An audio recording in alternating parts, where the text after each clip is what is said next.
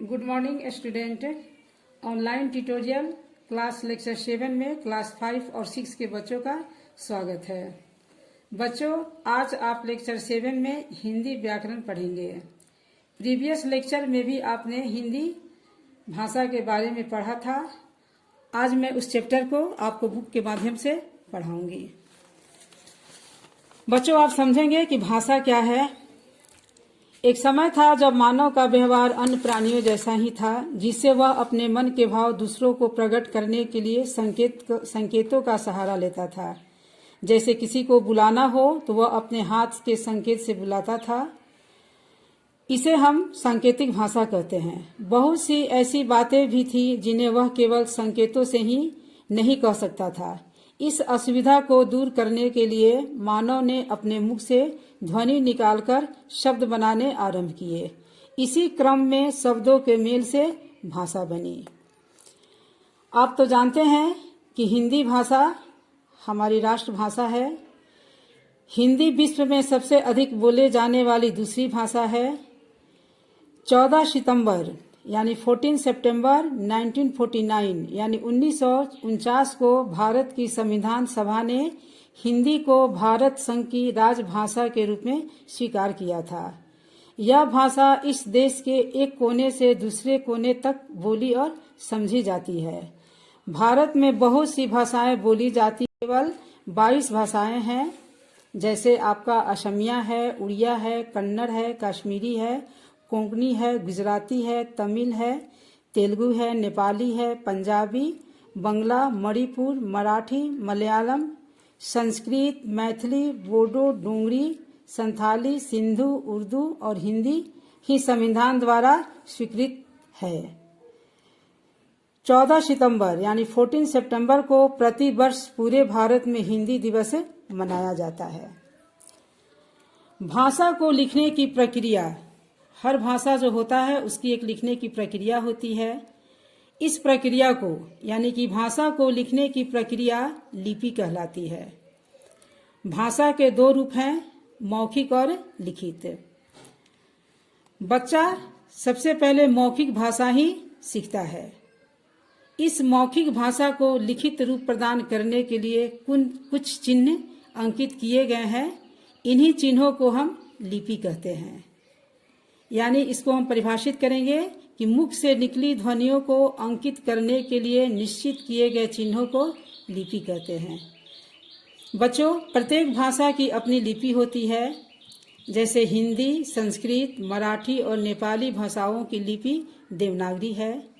अंग्रेजी की लिपि रोमन है। पंजाबी की लिपि गुरुमुखी है। उर्दू तथा अरबी की लिपि फारसी है। बच्चों, आपने भाषा के बारे में समझा, लिपि क्या है। अब लिपि और भाषा, इस दोनों में आप अंतर समझेंगे कि लिपि क्या है और भाषा क्या है। बोलकर अथवा लिखकर अपने भाव या विचार व्यक्त करने का साधन भाषा है, जबकि लिपि भाषा के लिखने की विधि है। अर्थात यानी भाषा का लिखित रूप जो है वह है आपका लिपि है।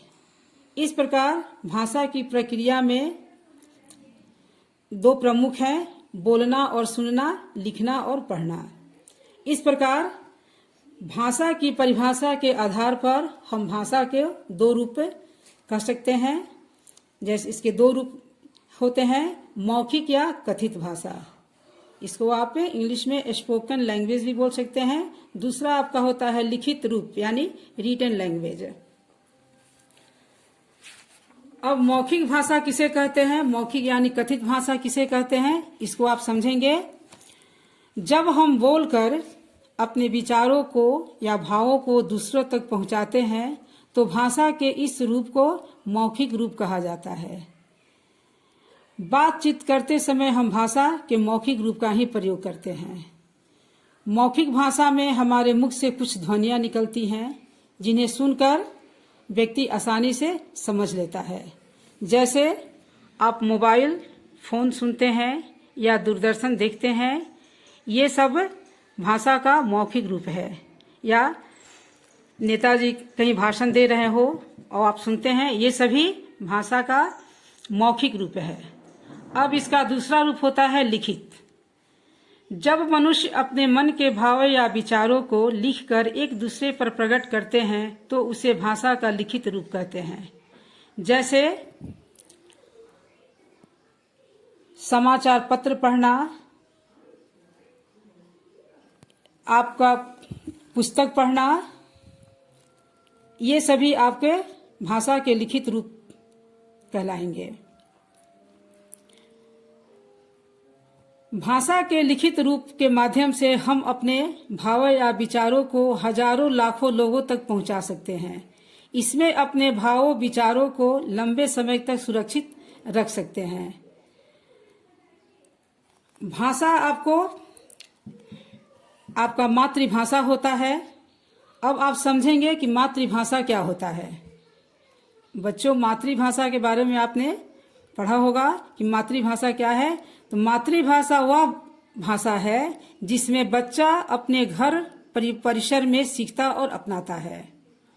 बच्चा जिस परिवार में जन्म लेता है उस परिवार के सदस्यों द्वारा बोली जाने वाली भाषा ही मातृभाषा कहलाती है।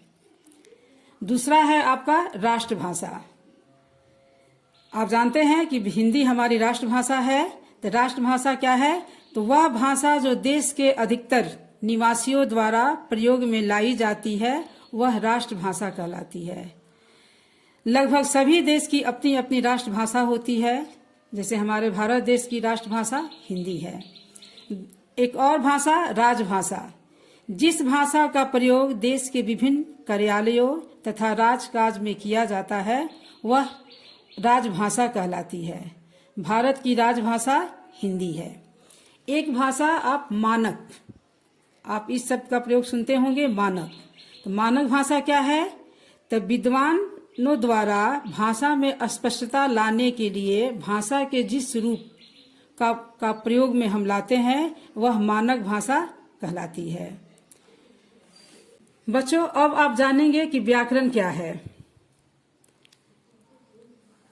भाषा के सीखने के कुछ नियम होते हैं।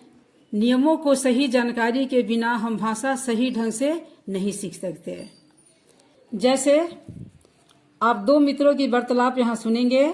मित्र, कल तुम स्कूल क्यों नहीं आई? दूसरा मित्र अमन कह रहा है, मेरे माताजी बीमार थे, मैंने डॉक्टर के पास जाना था। दूसरा मित्र कह रहा है, प्रणव, अब तुम्हारे माताजी कैसे हैं? दूसरा मित्र फिर उसका जवाब दे रहा है, उत्तर, अमन, कल दवाई दिया था, आज थोड़ा ठीक है। बच्चों, यहाँ आप ध्यान देंगे, यहाँ यह स्पष्ट हो रहा है कि ये अशुद्धियां व्याकरण के नियमों की जानकारी न होने के कारण हुई। व्याकरण के नियमों की सही जानकारी देने के लिए व्याकरण का ज्ञान आवश्यक है। अतः व्याकरण वह शास्त्र है जिसमें नियमों के द्वारा हम शुद्ध बोलना, लिखना, पढ़ना सीखते हैं। अर्थात व्याकरण भाषा के शुद्ध रूप का ज्ञान कराता है। व्याकरण के द्वारा भाषा के शुद्ध और अशुद्ध रूपों की पहचान होती है। हम व्याकरण से भाषा का मानक प्रयोग सीखते हैं। व्याकरण सम्मत मानक रूप को ही भाषा का शुद्ध रूप माना जाता है। व्याकरण सीखने के बाद मनुष्य भाषा की प्रकृति को समझकर उसे शुद्ध रूप में बोलने, लिखने और पढ़ने लगता है। वह भाषा के प्रयोग में कम से कम अशुद्धियां करता है। इस प्रकार भाषा में शुद्धता और एकरूपता बनाए रखने में व्याकरण बहुत उपयोगी होता है। तो बच्चों, आपने जाना कि व्याकरण किसे कहते हैं। अगर हमें व्याकरण की सही जानकारी नहीं होगी तो हम शुद्ध रूप से न बोल सकेंगे न लिख सकेंगे। इसलिए व्याकरण का बहुत ही महत्व है। व्याकरण के बिना हम किसी भी भाषा का शुद्ध और सही रूप से अध्ययन नहीं कर सकेंगे। बच्चों, आज के क्लास में आपका इतना ही। कल नेक्स्ट क्लास में आप लोग को इसी चैप्टर से संबंधित मैं आप लोग को प्रश्नोत्तर कराऊंगी। आज के लिए धन्यवाद।